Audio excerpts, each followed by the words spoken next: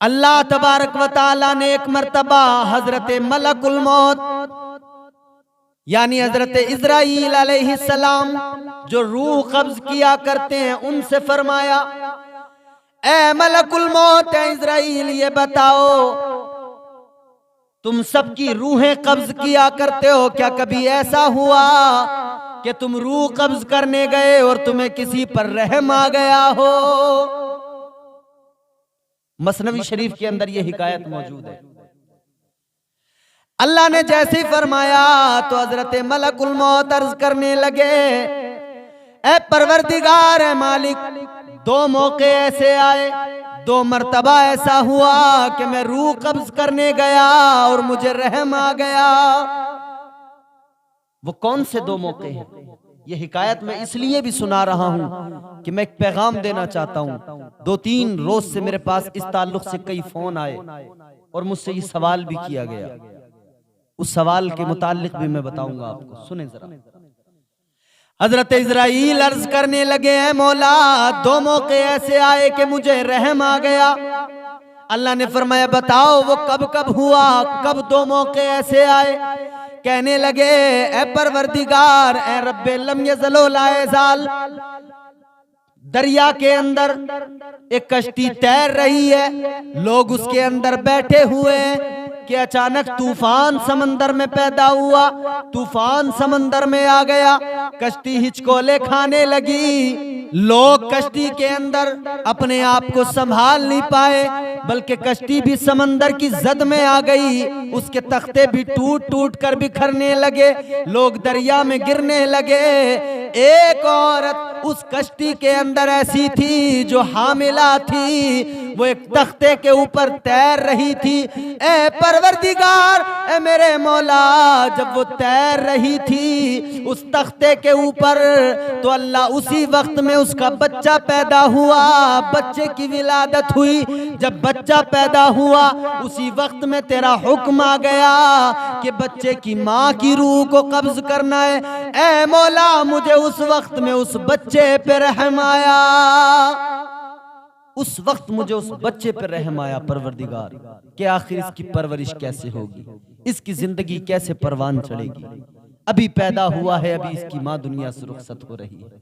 या अल्लाह, मैंने रूह तो कब्ज कर ली, मगर मुझे उस वक्त उस बच्चे पर रहम आया। अल्लाह अकबर। बच्चा पैदा हुआ है, उसी वक्त में हजरत मलकुल मौत को रहम आ गया। ऐ लोगो, याद रखो, मलकुल मौत को कभी किसी पर रहम नहीं आता है। वो जिसका वक्त आ जाता है उसकी रूह को कब्ज कर लेते हैं। कोई चाहे जितना रोए, जितना गिड़गिड़ाए, वक्त पर मौत आती है, मौत का फरिश्ता आता है, रूह कब्ज कर लेता है। कभी किसी पर रहम नहीं आता, लेकिन एक बच्चा है जिसकी वजह से माँ की रूह कब्ज करते हुए उस बच्चे पर मलकुल मौत को रहम आ गया, मौत के फरिश्ते को रहम आ गया। ए मेरे अजीजों, में अर्ज ये करना चाहता हूँ, मलकुल मौत जो किसी पर उन्हें रहम नहीं आता, एक बच्चे पर आ गया। लेकिन आजकल हमारे यहाँ क्या हो रहा है, लोगों को अपने बच्चों पर रहम नहीं आता। कितनी औरतें दवाइयाँ खाकर अपने बच्चों को गिरा दिया करती हैं और फिर जरा सा एहसास नहीं होता। बच्चों का कत्ल करने के बाद में आंखें भीगती भी नहीं है, शर्म भी नहीं आती है जरा सा। एक मेरे पास फोन आया एक खातून का, कहने लगी मेरी कुछ पढ़ाई चल रही है, शादी भी हो गई है, चंद साल हुए हैं, 3 या 4 साल गालिबन उन्होंने बताए। कहने लगी मेरी शादी को 3 या 4 साल हो गए हैं, मैं इस वक्त उम्मीद से हूं, लेकिन मेरी कुछ तालीम, कुछ पढ़ाई चल रही है जिसकी वजह से मुझे दिक्कतों का सामना है।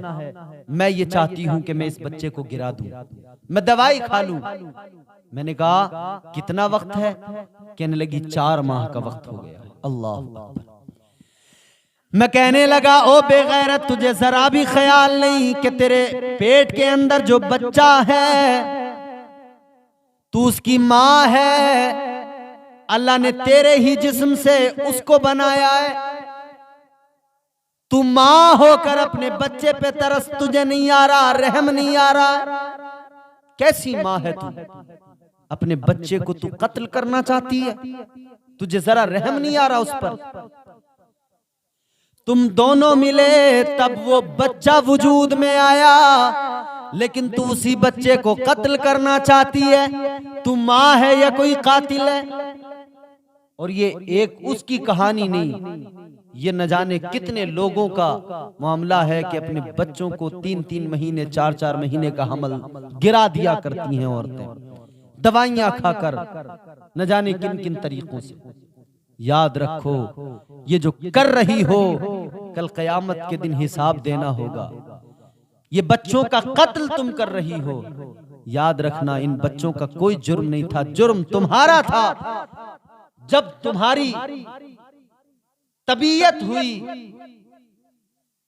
कि जिनसी ताल्लुकात के जरिए अपनी तबीयतों को शाद किया जाए, तब तुमने ऐसा किया और तब वो बच्चे वजूद में आए, फिर तुम खुद ही उन बच्चों का कत्ल करने लगे। जरा भी हया नहीं आती। क्या हो गया आखिर? ये सब कुछ जो है ना, इस दौर के अंदर जो बेहयाई है ना, उस बेहयाई ने लोगों को ऐसा बना दिया है कि एहसास मर गए। बेगैरती ऐसी सर चढ़ गई है कि एहसास जो था ना वो मर गया बिल्कुल एहसास। एक माँ अपने बच्चे को कत्ल करती है, उसे जरा रहम नहीं आता। मलकुल मौत एक बच्चे को देख रहे हैं तो रहम आ रहा है। अल्लाह अकबर कबीरा। अल्लाह ने फरमाया, ए मलकुल मौत, ए इज़राइल, ये बताओ दूसरी मर्तबा कब तुम्हें रहम आया? अर्ज करने लगे, मौला, ए परवरदिगार, ऐ मेरे मौला, ऐ मेरे खालिको मालिक, दूसरी मर्तबा जब मैं शद्दाद की रूह कब्ज करने गया, वो शद्दाद जो बड़ा ताकतवर था, बड़ी दौलत, बड़ा खजाना उसके पास था, उसने जन्नत बनवाई। हजरत मलकुल मौत कहते हैं उसने जन्नत बनवाई थी बड़े आरजुओं के साथ, बड़ा पैसा उसने लगाया, बड़ी दौलत खर्च की उस जन्नत के लिए, सारी जिंदगी उस जन्नत को बनवाता रहा और कसम खाई थी जब तक जन्नत तैयार नहीं हो जाएगी तब तक मैं जन्नत के अंदर कदम नहीं रखूंगा। आखिरकार वो वक्त भी आया कि जन्नत तैयार हो गई। जब जन्नत तैयार हुई तो इसको बताया गया, और इसने जन्नत जानते हो कैसे बनाई थी? बड़े खजाने खर्च किए थे उसके लिए। मुल्क के अंदर जितने भी हसीनो जमील नौजवान नाबालिग लड़के थे, सबको इसने उस जन्नत में रखा था, खूबसूरत लड़कों को। और जितनी भी मुल्क के अंदर इसकी जो सल्तनत थी, उस हुदूद में जितनी भी खूबसूरत हसीनो जमील लड़कियां थी, इसने सबको अपनी उस जन्नत के अंदर रखा था। जो हूरों का तसव्वुर है वो इसने हूरों के तौर पर अपने मुल्क की सबसे खूबसूरत जो हसीनो जमील लड़कियां थी सबको जमा करके उस जन्नत में रखा था। वो जन्नत बनवाई थी इसने। मगर क्या हुआ, अब खबर मिली कि जन्नत तैयार हो गई है, दूध की नहरें भी बहाई गई, शहद की नहरें भी बनाई गई। जब खबर मिली चलिए देखने, अल्लाह अकबर चला, पूरी शानो शौकत के साथ में चला। जब जन्नत के दरवाजे पे पहुंचा, बड़े अरमान हैं, पूरी दौलत लगा दी, बड़ी ख्वाहिशें, जन्नत को देखने जा रहा हूँ। लेकिन जैसे ही कदम रखा, पहला कदम अंदर रखा है, एक कदम अंदर एक बाहर है, मौत का फरिश्ता आ गया, कहने लगा रूह कब्ज करनी है। शद्दाद ने कहा था जरा सी मोहलत दे दो कि मैं एक मर्तबा जन्नत को देख लूं। मैंने सारी जिंदगी की दौलत लगा दी, सारी जिंदगी इसी पे लगा दी। मलकुल मौत ने कहा था वक्त पूरा हो गया है। जब वक्त पूरा हो जाता है तो एक लम्हे की भी मोहलत नहीं मिलती है।